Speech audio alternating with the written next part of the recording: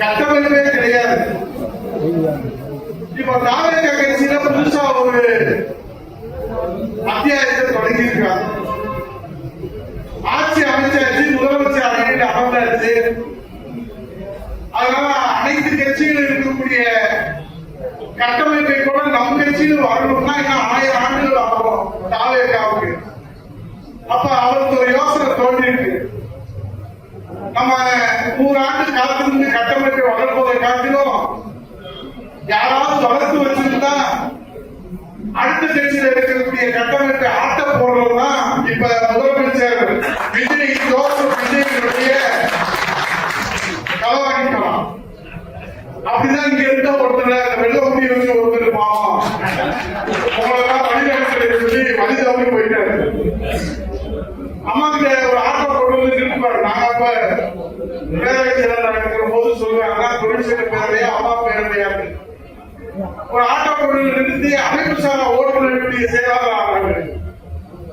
அதுக்கப்புறம் ஒரு குட்டியான தள்ளி விட்டுட்டு ஒரு விநாயகர் கொண்டு வந்து நிறுத்தி தொழிற்சங்கத்துக்கே செயலாளர் ஆகிறாங்க.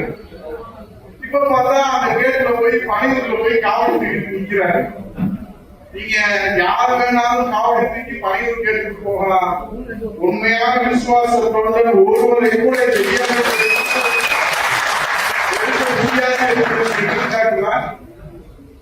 நம்முடைய கழகத்தின் நிறுவனர் பொதுச் செயலாளர் வருங்கால முதலமைச்சர் புரட்சி தலைவர் எடப்பாடி அவர்கள் இன்றைக்கு எத்தனையோ சோதனைகளை தாண்டி இன்றைக்கு இந்த இயக்கத்தை வழிபோடும் நடத்த வேண்டும் என்பதற்காக இரவு மாறாத ஊர்வலம் மாறாத உடைத்துக் கொண்டிருக்கிறார். அவருடைய கருத்தை வலுப்படுத்துகிற விதமாக கழக அமைப்பு ரீதியான 82 மாவட்டங்கள், வருவாய் ரீதியாக 38 வருவாய் மாவட்டங்களில் ஒரு துரும்பை கூட அசைக்க முடியாத ஒரே மாவட்டம் 3 மாவட்ட செயலாளர்களும் எடப்பாடியார் வாழ்க எடப்பாடியார் வெளிநேரத்தில் சொல்லி சரித்திரம் அடைந்த மாவட்டம் நம்முடைய மதுரை மாவட்டம். அண்ணன் செல்லூர் கே ராஜா அவர்களும் அண்ணன் வீதி ராஜன் செல்லப்பா அவர்களும் சாமானிய தலைவர் உதயகுமார் அவர்களும் இன்றைக்கு உங்களுடைய ஆலோசனையிலே வழிகாட்டுதலே ஆதரவிலே நீங்கள் காட்டுகிற அன்பிலே நீங்கள் கொடுக்கிற நம்பிக்கையிலே மதுரை மாவட்டத்திலே அண்ணா திராவிட முன்னேற்ற எடப்பாடியார் தலைமையிலே நான் பலர்த்தும் என்பதை இங்கே நாங்கள் உறுதியோடு நின்று பணியாற்றுவதற்கு நீங்கள் தான் காரணம். இப்ப என்ன அண்ணா திராவிட முன்னேற்ற கழகத்திற்கு சோதனை எல்லாரும் சொல்றாங்க. எங்களுக்கு ஏன் உங்களுக்கு மக்களுக்கு தமிழ்நாட்டு மக்களுக்கு அண்ணா திராவிட முன்னேற்ற கழகம் ஆட்சி அமைக்க முடியவில்லை, வெற்றி வாய்ப்பு நழுவி போய்விட்டது என்பது கூட அவருக்கு வேலையை தரவில்லை. ஆனால் அந்த தேர்தல் தீர்ப்பு வந்து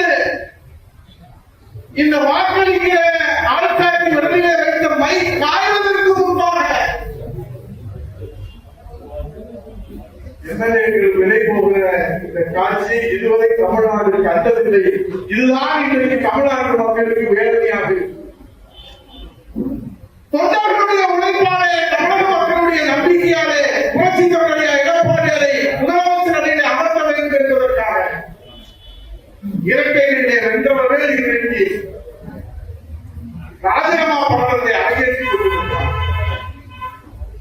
இப்ப ஏன் அப்படின்னா இந்த அச்சத்தோட போறாங்க, கவலையோட போறாங்க, கனவோட ஏன் போறாங்க தெரியுமா?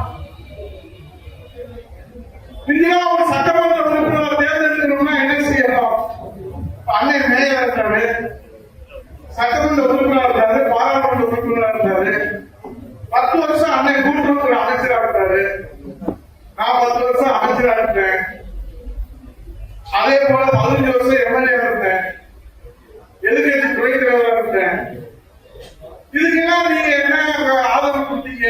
நீங்க எங்களுக்கு எல்லாம் ஒத்துழைப்பு கொடுத்தீங்க. அம்மா எங்களுக்கு புரட்சி தலைவர் எடப்பாடி அவர்கள் எங்களுக்கு போட்டு கொடுத்தீங்கன்னு நாங்கள் இவ்வளவு மக்கள் பணியாற்றுவோம். இப்ப என்ன வந்து தீர்ப்பு? மக்கள் சேவை மறந்து போனது. மக்கள் சேவைனா என்ன விளைவு கேட்கிற சட்டமன்ற உறுப்பினர்கள் லட்சியம்னா என்ன? இப்ப தேர்ந்தெடுக்கப்பட்டிருக்கிற அந்த 107 சட்டமன்ற உறுப்பினர்கள்ல நான் இந்த தொழிற்சங்க கூட்டத்துல சவால் விடுத்து சொல்கிறேன். மாண்புமிகு ஜோசப் விஜய் அவர்களே, தேர்ந்தெடுக்கப்பட்டிருக்கிற தாவேகா கட்சியிலே விசில் சின்னத்திலே தேர்ந்தெடுக்கப்பட்டிருக்கிற சட்டமன்ற உறுப்பினர்கள் 107 பேர்களுடைய முகத்தை பார்த்து சரியாக அவருடைய பெயர்களை நீங்கள் உச்சரித்து விட்டால் இந்த உதயகுமார் பொதுவானதிலிருந்து நான் விலகி விடுவேன். 56 பேர் அடுத்த கட்சியிலிருந்து ஆதரப்படுவோம். இங்க சீனி கடையில் ஓடுறவங்க ஏன்னா இங்க தகுதி பார்த்து, சீனியாரிட்டி பார்த்து, உழைப்பு பார்த்து, தியாகத்தை பார்த்து, மக்கள் சேவையை பார்த்து, மக்களுக்கு அறிமுகமானதை பார்த்து இங்கே தேர்வு செய்வார். அங்கதான் ஆலயம் கிடைக்கிறீங்க. வரவெல்லாம் உள்ள வாங்கன்னு போட்டு அவெல்லாம் இப்ப சட்டமன்ற உறுப்பினராகி அவெல்லாம் அமைச்சர் ஆயிட்டான். அதுக்கு மதுரையில் ஒரு அமைச்சர் இருக்கிறார். அதே அப்பா 5 வருஷத்துல 5 கட்சிக்கு போன அம்மாவாசை அவர் அதிமுகவுடைய அந்த வரலாற்றை, எதிர்காலத்தை பற்றி பேசுகிற போதுதான் எங்கள் நெஞ்சம் பொறுக்க மறுக்கு. இங்க அவையான தமிழ் இல்ல. இவர் வீட்டு வாசத்துல எத்தனை நாள் நின்றாரு, அவர் வீட்டு வாசத்துல எத்தனை நாள் நின்றாரு, எங்க வீட்டு வாசத்துல எத்தனை நாள் நின்றாரு, அதுக்குள்ள நாம் வந்து போச்சு வராது. நாங்கள் என்ன சொல்றோம்? மக்கள் உங்களுக்கு தீர்ப்பளித்து விட்டார்கள், நீங்கள் அமைச்சராகிவிட்டீர்கள். உங்கள் ஜோசப் விஜயை இந்திரன் என்று சொல்லுங்கள், சந்திரன் என்று சொல்லுங்கள், எதை கழுதைன்னு சொல்லுங்க, குதிரைன்னு சொல்லுங்க, எதை வேணும் சொல்லுங்க, எங்களுக்கு ஆனால் அண்ணா முன்னேற்ற கழகத்தை விட்டு ஓடுகிற ஓடுகாடுகள் அண்ணா முன்னேற்ற கழகத்தின் ஆயுள் காலத்தை நிர்ணயிப்பதற்கு எந்த யோக்கியமும் இல்லை என்பதை அவர்கள் ஏன் தெரியுமா அந்த தைரியம் வருது? இந்தியா எவனாவது கட்சி விட்டு போனான்னு வச்சுக்கிட்டேன். செல்வராஜ் மாவட்ட செயலாளர் கேட்கிறேன். ராஜ சிறப்பா நானும் மாணவர்கள் இருக்கும் போது சண்முகம் ஒரு கம்யூனிஸ்ட் கட்சியில் இருந்து வந்தார். வலது கம்யூனிஸ்ட்ல திருப்பூர் ஜெயிச்சுட்டு அதுக்கப்புறம் அம்மாவுக்கு சேர்த்து இருக்கிற எல்லாருக்குமே தெரியும். அவர் ஜெயிச்சதுக்கு அப்புறம் நம்முடைய ராஜாமூர்த்தி அவர்கள் நடந்த ஒரு விழாவுல அவரு திராவிட இயக்கத்தை ஒன்று சேர்றதுக்கு ஸ்டாலின் தான் தலைவர் சொல்லிட்டாரு. இங்க இருக்கிற மகளிர் என்ன இருக்கிறாங்க அக்கா மாதிரி அன்னை தலைமையில அந்த பேசினா கட்சிக்கு விரோதமாக பேசினார் என்கிற ஒரே காரணத்திற்காக அவர் வீட்டை நோக்கி படையெடுத்து அண்ணா திராவிட முன்னேற்ற கழக தொண்டர்களும் மகளிரை சேர்ந்தவர்களும் அன்றைக்கு முற்றுகையிட்டதன் காரணமாக அடுத்து ஒருவன் கூட அண்ணா திராவிட முன்னேற்ற கழகத்தை எதிர்த்து வாய் திறப்பதற்கு பயந்தார்கள் என்கிற அந்த வரலாறு இப்போது மறந்து போகும். எவனாவது ஒருத்தன் கட்சியில ராஜினாமா பண்ணிட்டு அடுத்த கட்சியில போறதை பத்தி ஆட்சேபனைங்க அவருடைய உரிமை. ஆனா அங்க போனதுக்கு அப்புறம் இருந்த வீட்டுக்கு உண்ட வீட்டுக்கு உண்டை நினைக்க கூடாது. இங்க அப்படி சரியில்லை, இப்படி சரியில்லை, அது சரியில்லை, இது சரியில்லை சொல்றவங்க யாரு? புரட்சித்தலைவர் எடப்பாடி 10 காலம் பொதுச் செயலாளராக முதலமைச்சராக எதிர்கட்சி தலைவராக இருக்கிற போது அவர் கையை பிடித்து காலம் பிடித்து காலை கடித்து காரியம் சாதித்துக் கொண்ட காரியவாதிகள் தான் இன்னைக்கு காலை கொடுத்து ஓடுகிற எடப்பாடியாக இருக்கிறார். எல்லா காரியத்தையும் சாதித்து ஓடுறாங்க. ஓடுறவங்க எங்களுக்கு ஆட்சி வருத்தம் இருக்கும். நீங்க போய் அங்க நல்லா இருங்க, அதுவே எங்களுக்கு வருத்தம் இல்லை. அந்த காருக்கு போய் நீங்க போய் டயரை தொடச்சு விடுங்க, டயர் அடிக்கூடாது எங்களுக்கு அழைச்சி விடுங்க. ஆனால் நீங்கள் அங்கே போய் சென்று விட்டதற்கு பிறகு இங்கே இருக்கிற விசுவாச தொண்டர்களை அண்ணா திராவிட முன்னேற்ற கழக தொண்டர்களை பற்றி நீங்க வீரவசனம் பேசக்கூடாது. எப்போ அண்ணா திராவிட முன்னேற்ற கழகத்தை விட்டு போயிருக்கீங்களோ அப்பவே அவர் தகுதி இழந்து விட்டீர்கள். ஆனா இன்னைக்கு என்ன நடந்துச்சு? எப்படி தாவக ஆட்சிக்கு வந்துச்சு? இருக்கிற எல்லாருக்கும் தெரியும். உங்களுக்கு கோடிக்கணக்கான ரூபாயை கொடுத்து இன்றைக்கு இன்ஃபுளுசர் என்று சொல்லக்கூடிய மூளை சலவையை செய்வதற்கு ஏன்னா கட்சியில கட்டமைப்பு கிடையாது. கட்சி ஆரம்பிச்சு 2 வருஷம் தாவைக்கு ஆரம்பிச்சு. ஆனா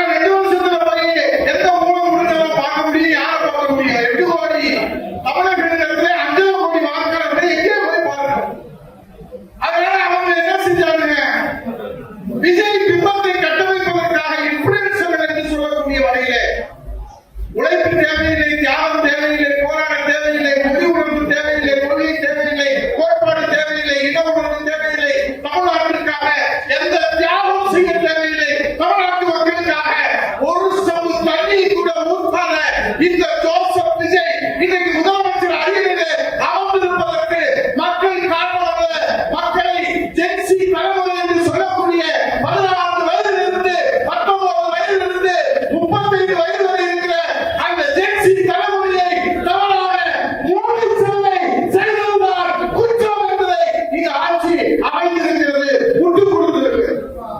நம்ம மக்களுடைய பேராதரவுல சாசாரியா வந்திருக்கிறாங்க.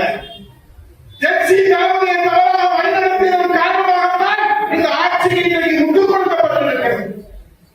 உண்மை ஒரு நாள் வெளியே வரும். உழைப்பு தியாகம் 4 ஆண்டு காலம் புரட்சி தலைவர் எடப்பாடியார் முதலமைச்சராக இருந்தார்.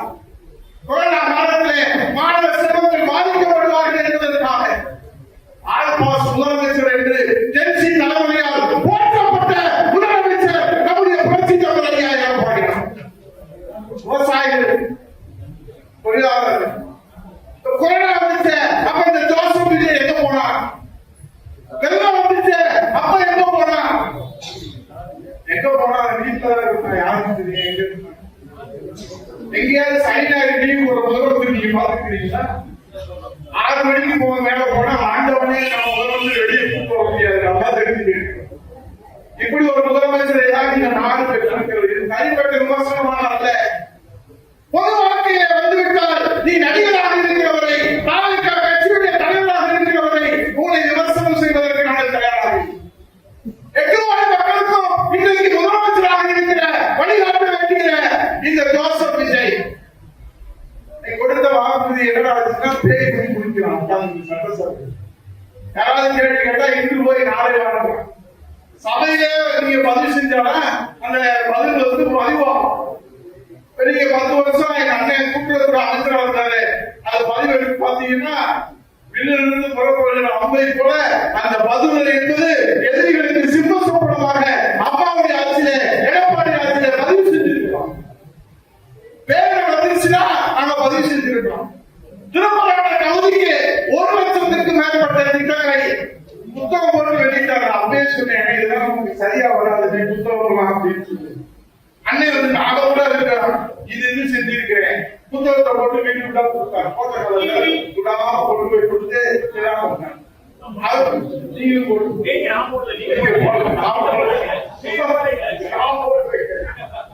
அவ்வளவு திட்டங்களை அந்த திருப்பரங்குன்றம் தொகுதி மக்களுக்கு செஞ்சிருக்கிறோம்.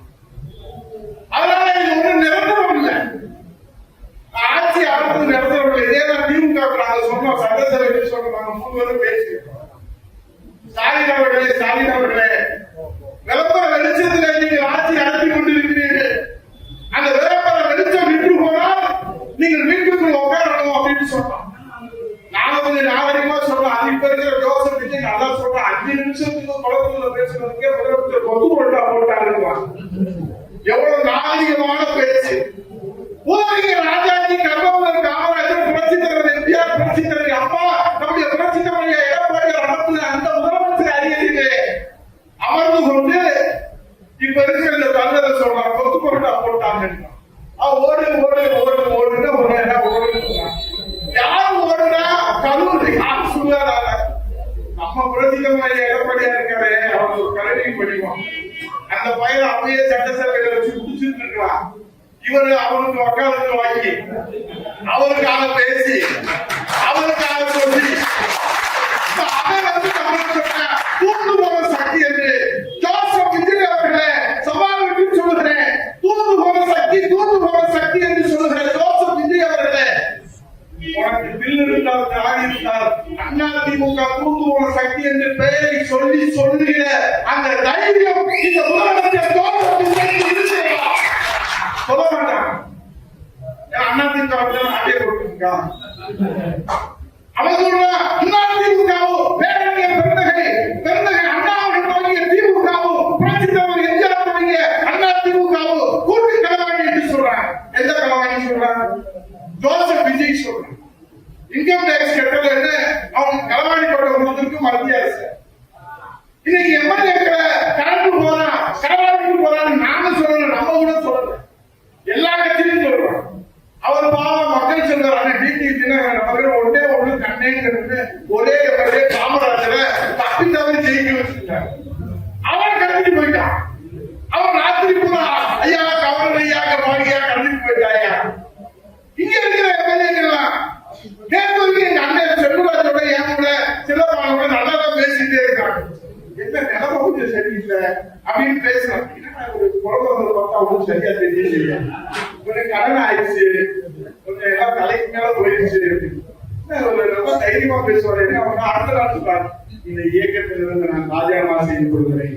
ஏன்னா அது ராஜினாமா வந்து அடுத்த உடனே சபாநாயகர் ரெடியா இருக்காரு, பேசி கொள்வார். அவர் கட்சியில சேர்க்கணும், அவருக்கு கோவம். போற வரவெல்லாம் ராஜினாமா பண்ணிட்டு வரலாமான்னு அவருக்கு. நான் எதுக்கு இதெல்லாம் சொல்றேன்னா, அண்ணா திராவிட முன்னேற்ற கழகம் என்பது இங்க இருக்கிற மூத்த தலைவர்களுக்கு உங்களுக்கு தெரியும். இது தலைவர்களை நம்பி ஆரம்பித்த கட்சி அல்ல. ஏழை எளிய சாமானிய மக்களை நம்பி நீங்க என்ன பிரச்சனை? புரட்சி தமிழர் எடப்பாடி உழைப்பு இருக்கிறது, கருணை இருக்கிறது, தாய் உள்ளம் இருக்கிறது, தெய்வ உள்ளம் இருக்கிறது, எல்லோரும் அரவணைக்கிற அந்த ஆற்றல் இருக்கிறது, தொலைநோக்கு பார்வை இருக்கிறது, சிந்தனை இருக்கிறது. விஜய் ஜோசப் விஜய் இருக்கிற ஒன்னே ஒண்ணு எடப்பாடி இல்லை. அதனாலதான் அங்க போயிட்டேன். என்ன வசீகரா இல்ல, பஞ்சு டயலாக் பேச தெரியல, சினிமா கவர்ச்சி வசனம் பேச தெரியாத எடப்பாடி அவர்களுக்கு இன்றைக்கு மக்களுக்கு தீர்ப்பு கொடுத்திருக்கிறார்கள். பரவாயில்லை, எல்லா நேரங்களிலும் எல்லா பஞ்சு டயலாக்கும் வெற்றி பெற முடியாது. ஆக வருகிற காலம் அண்ணா திராவிட முன்னேற்ற கழகத்துடைய காலம் என்பதை நிரூபிக்கிற வகையிலே தான் பிள்ளையார் சொல்லிய இந்த தொழிற்சங்கம் இன்றைக்கு தமிழகம் முழுவதும் நம்முடைய அற்புதமான இந்த நிகழ்ச்சியை தொடங்கியிருக்கிறார். அதை நீங்கள் எல்லோரும் நம்பிக்கையோடு இருங்கள். நம்பிக்கைதான் நமக்கு வாழ்க்கை. ஏன்னா திடீர்னு இருக்கு போல தெரியும். நான் அடிக்கடி அதான் பேசிக்குவோம். எல்லாம் பண்ண ஒரு நாள் 10 நாளைக்கு பேசிக்குவோம். ஆனா டெய்லி எங்க அண்ணன் செல்வ ராஜன் இரவு 12 மணிக்கு தம்பி என்ன உடுப்புதானே அவர் ஏதாவது சொல்லும் போது நான் மட்டும் சொல்லுவேன். இதே மதுரையில முதலமைச்சருடைய மகன அழகிரி இருக்கிற போது நம்ம எல்லாம் மதுரையில் இருந்தோம். அப்ப சொன்னாங்க அதிமுக இருக்காதுன்னு சொன்னாங்க. சொன்னவர் தான் இன்னைக்கு அரசியல் இல்ல. அண்ணா திராவிட முன்னேற்ற கழகம் புரட்சி தலைவர் எம்ஜிஆர் கட்சி, அம்மா உயிரை கொடுத்து வளர்ந்த கட்சி, புரட்சி தலைவர் ஐயா எடப்பாடி என்கிற சாமானியர் வளர்ந்த கட்சி. அதே இன்னைக்கு ஒரு தாவை கலாவை வந்து எல்லாரும் நினைக்கிறாங்க 5 வருஷம் நம்ம கனவு எப்படின்னு முடியும். கவலைப்படாது. நம்ம ஐயா பிரதமர் மோடி ஐயா இருக்காரு. உடனே தப்பா சொல்லிக்காரு. 2026 இப்போ 2029 ஒரே நாடு ஒரே தேர்தல். இது ஏதோ நான் சும்மா உங்களுக்கு நம்பிக்கை ஏற்படுறதுக்காக சொல்லல. நம்ம முன்னாள் ஜனாதிபதி அவருடைய தலைமையில் ஒரு குழு அமைச்சு ஒரு 18,000 பக்கத்திற்குரிய அறிக்கை தாக்கல் செஞ்சு 7 லட்சம் கோடிக்கு மேல ஒவ்வொரு கட்டமா தேர்தல் நடந்துனா அரசாங்கத்துக்கு செலவு வந்து மக்கள் பரிபாலம் வீணாகுது. ஆக ஒரே நாடு ஒரே தேர்தல் நடந்துங்க அப்படின்னு இன்றைக்கு மசோதா தாக்கல் செய்து அதை நிறைவேறி அது கூட்டுக்குழுவுக்கு சென்று கூட்டுக்குழுவில இன்றைக்கு நாடு முழுவதும் அனைத்து கட்சி பிரதிநிதிகளும் மக்களிடத்திலே அதற்கான விவாதம் நடைபெற்ற போது 90% பேர் இன்றைக்கு ஆதரவு கொடுத்து அதில் ஒரு சில கட்சிகள் காங்கிரஸ் போன்ற கட்சிகள் கருத்து வேறுபாடோடு இருக்கிறார்கள். இன்னும் 3 வருடத்திற்குள்ளாக கருத்து ஒற்றுமை ஏற்படுத்தி 2029 தான் 3 ஆண்டுகள் தாவேக்காவுக்கு ஆயுள் காலம் என்று நான் சொல்லவில்லை. 3 மாதங்களிலே கூட ஜோசப் விஜய் வீட்டுக்கு போனாலும் போகலாம். ஏன்னா கரூர் சிபிஐ வழக்கு கடைக்கு மேல பொங்கிட்டு இருக்குது. அது ஒருவர் இருந்தார் வளர்ந்தா மாடு 3 வருஷத்துல 3 கட்சிக்கு போறாங்க. தொழிலா பார்த்துருப்பாங்க. அவன் சொல்றான் கரூர்ல கணக்கு தீக்க வேண்டியது. நாட்டு சீட்டுக்காரா கொண்டு அமைச்சர் அவன் கணக்கு தானே போப்பான். அவன் மக்கள் பணியை போப்பான். உடனே அங்க இருந்து சொல்லிட்டாங்க, அமைச்சர் அப்படி பேசக்கூடாதியா, காவல்துறையை வைத்து நீங்கள் மக்களை கொண்டு போட்டு விட்டீர்கள் என்று காவல்துறை மீது ஒரு அபாண்டமான குற்றச்சாட்டு சொல்றாங்க. உடனே எல்லாரும் கண்டனம் வந்துச்சு. இப்போ 1 வாரமா வாயை திறக்கவே இல்லை.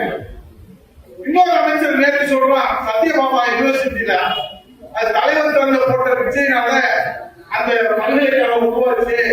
அங்க போய் அவன் சொல்றான் நேற்று இனிமேல் வந்து கொள்கைக்கான கட்சியெல்லாம் இனிமேல் ஆவது இல்ல, ஆவாது. அந்த செட்டப்லாம் இனிமேல் எடுக்காது. கொள்கையும் கிடையாது, கோட்பாடும் கிடையாது, கட்சியும் கிடையாது, உழைப்பும் கிடையாது அப்படின்னு ஒரு அமைச்சர் நிதி மந்திரி அவர் சொல்றான். ஆகவே எங்கே போகிறது தமிழ்நாடு, தமிழ்நாட்டு அரசியல் எங்கே போகிறது என்று எல்லோரும் கவலையோடு இருக்கிறோம். 60 நாள் தான் இருக்கு, 2 மாசம். மக்கள் கொதிப்படைந்து போயிருக்கிறார்கள். விவசாய போராட்டம் நடத்தாத நாளே இல்லை. பயிர்க்கடன் கூடாதுன்னா கொடுக்க மாட்டான். 2500 ரூபாய் எப்படா வரும்னா வருமானா வராதுன்னா 10 லட்சம் கோடி கடன் இருக்கிறான். இது தெரிஞ்சுதான் அவன் சொன்னான். இப்ப 15 லட்சம் கோடி கடன் வரும். ஆகவே வெகு விரைவிலே ஆட்சி மாற்றம் வரும். காலம் மாறும், காட்சிகள் மாறும், ஆட்சி மாறும். மீண்டும் புரட்சி தலைவர் எடப்பாடி தலைமையிலே அம்மா ஆட்சி மாறுவதற்கு தொழிற்சங்க நிறுவனங்கள் உதவி செய்யும். அப்போ உங்களுக்கு எல்லாம் ஓடி விடுவோம். உண்மையிலே உங்களை பார்த்ததில் எங்களுக்கு நம்பிக்கை, சந்தோஷம். ஏன் தெரியுமா, ஆளுங்கட்சி கூட்டத்தில்தான் தொழிற்சங்கத்துக்கு கூட்டம் அதிகமா வரும். ஆனால் எதிர்கட்சியாக இருக்கிற போது கூட எங்களுக்கு ஓடி தேவையில்லை. எங்கள் விசுவாசம் தான் முக்கியம் என்று நிரூபிக்கின்ற வகையில் விசுவாச அந்த ஊழியர்களை, தொண்டர்களை நாங்கள் தலைவர். எனக்கு அவங்க எந்த அதிகாரம் கிடையாது. எம்பிட்ட போய் மேனேஜர் போய் எங்க அண்ணன் தமிழரசு வந்தாரு, எங்க அண்ணன் பொருளாதாரம் வந்தாரு, அப்துல் சமத் மாமா வந்தாரு, ராஜ் செல்லப்பான வந்தாரு, செல்லூர் ராஜ் வந்தாரு, விஜயகுமார் வந்தாரு. சரி, அதுக்கு என்ன பொருள் கேட்பான்? ஏன்னா நம்மகிட்ட ஆட்சி இல்லை, அதிகாரம் இல்லை. எங்களுக்கு ஆட்சி இல்லை,